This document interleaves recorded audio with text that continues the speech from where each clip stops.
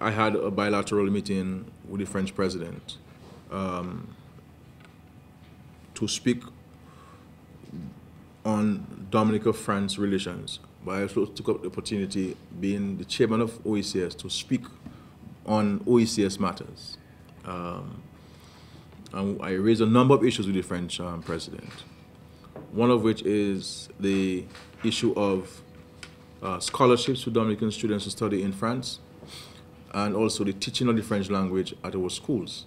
I said to the French president that over the years we have seen a dramatic drop in the level of support which the French Republic gives to OECS countries insofar as the teaching of French is concerned. And I believe that by providing scholarships to Dominican students, and OECS students for that matter, to study in the French departments, to study in the French, in Paris, in France itself, would enhance the relationship which exists between Dominica and France, and of course Dominica and the OECS. So we look forward to that. The other issue I raised with the French president has to do with the policy which the European Union has, which is called the neighborhood policy. It deals with countries which share a border with European countries. So it exists in Europe and it exists in other regions, but not in the Caribbean. And what that does is that it tries, they have a policy where they provide support to countries which share a border with Europe, to seek to help them to get to the level or close to the level of the economic well-being and social well-being of the European states. And I said to the French president, look, we are in, we're bordering Europe, because from Martinique and Guadeloupe, the OECS, not only Dominica, but the OECS. And we believe that he should push the European Union to have a similar neighborhood policy for us in the OECS. If Europe is slow in doing it, then let's study France. So let France have a neighborhood policy for us and so on. That will involve economic activity, that will involve healthcare services, you understand, and a number of other areas that we can certainly gain support from the French government from. Of course, there is the issue of security with the French, not only security over borders and so forth, but also disaster management, disaster mitigation and so forth. The French have used reservoir resources, both human and financial, insofar as disaster management is concerned.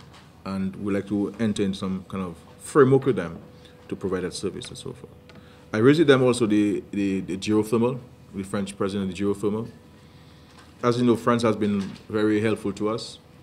When EDF pulled out, the presidential palace gave instructions, the cabinet of the French Republic gave instructions to the then Minister for Overseas Territories, Mr. Victorien Lurel, who is now the president of the Regional Council of Guadeloupe, to bring together some French companies, some of which are state-owned, to work with the government of Dominica in the realization of its geothermal potential, both for the domestic plant and but also critically for the export to Martinique and Guadeloupe. So the presidential palace has been very helpful in putting this consortium together. But I've said to him that the AFD, the Agence Française de Développement, which is a great partner of Dominica, and the OECS, there are issues with them now, in that they're not lending money to countries that have been graduated to middle-income countries. So they're adopting the World Bank approach, which I think is a bad approach to take. But also they must revisit their rates, their lending rates, especially with regards to renewable energy projects. So it's something that he has asked me to formally write to him on, so that they can have a better appreciation for our concerns. So I will not only be writing as the Prime Minister of Dominica, I will also be writing as the Chairman of OECS, because I think it is an OECS-wide concern, which we will raise with them. And there are a number of issues I raised with the French president, but I also spoke on behalf of the BVI and other countries that have been blacklisted by the French with regards to the financial services sector. The BVI in particular had been blacklisted by the French. They had cited 119 cases, which virtually everyone has been addressed by the BVI authorities. And I said to the French president, look, if you blacklisted the country for 119 cases and they've addressed virtually all of them, I think the time has come for a review of the French position. So he has indicated very clearly that when he gets back to Paris and so on, he will have his people review that position. And if there is cause to reverse the decision, then they will certainly remove the BVI and the Bahamas and others from the blacklist. So it's something that we would like to look at. And of course, we had the climate change summit, the summit on climate change, in preparation for COP21 in Paris. There will be this critical meeting in Paris in December.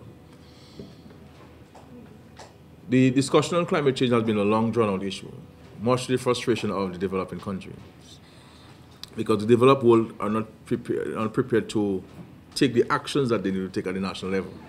So they are not prepared to commit internationally to some of the requirements based on all of the studies that have been made.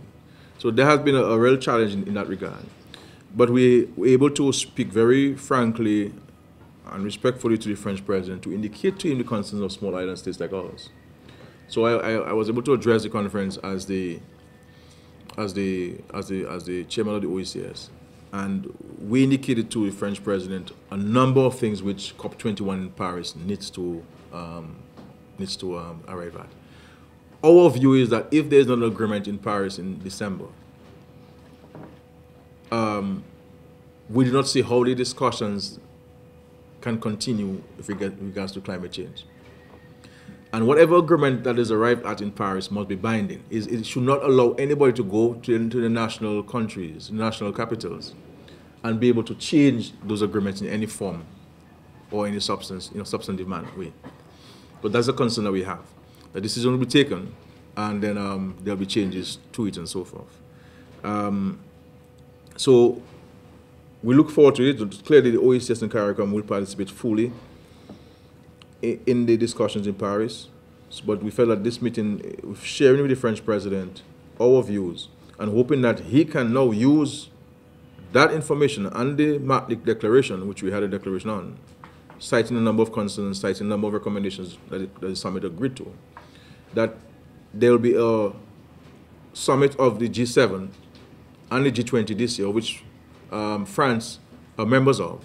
And our hope is that the French president can use his presence and membership in those meetings to draw to the attention of the G7 and the G20, which are two critical institutions, in arriving at an agreement in Paris in December, because these are the world's 20 largest economies.